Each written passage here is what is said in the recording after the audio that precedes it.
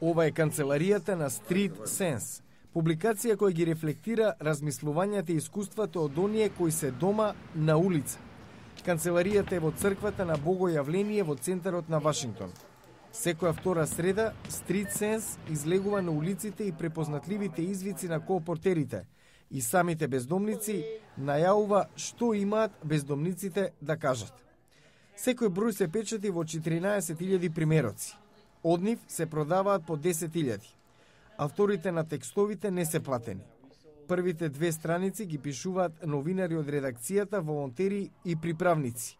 Останатиот простор го пополнуваат самите бездомници со своји поеми и есеи.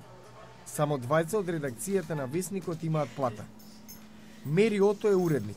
Дошла во Street Sense од Вашингтон Пост, каде добила едногодишен грант во Харвард да пишува за бездомништвото.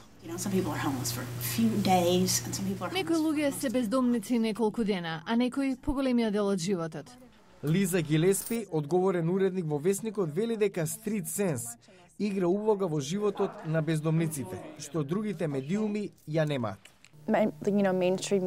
Традиционалните медиуми обично не покриваат настани за сиромаштијата или за бездомниците, освен ако некој не почине или се случи голем собир за некоја кауза.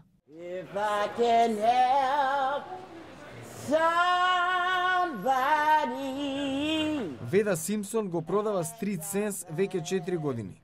Таа има постојана група на муштери, луѓе кои се привлечени од незиниот глас и од весникот. Пред да стане уличен продавач и самата била бездомник. Сега тај незините 8 мачки имаат покрив над глава. Критичарите велат дека Street Sense е изговор за бездомниците да останат бездомници.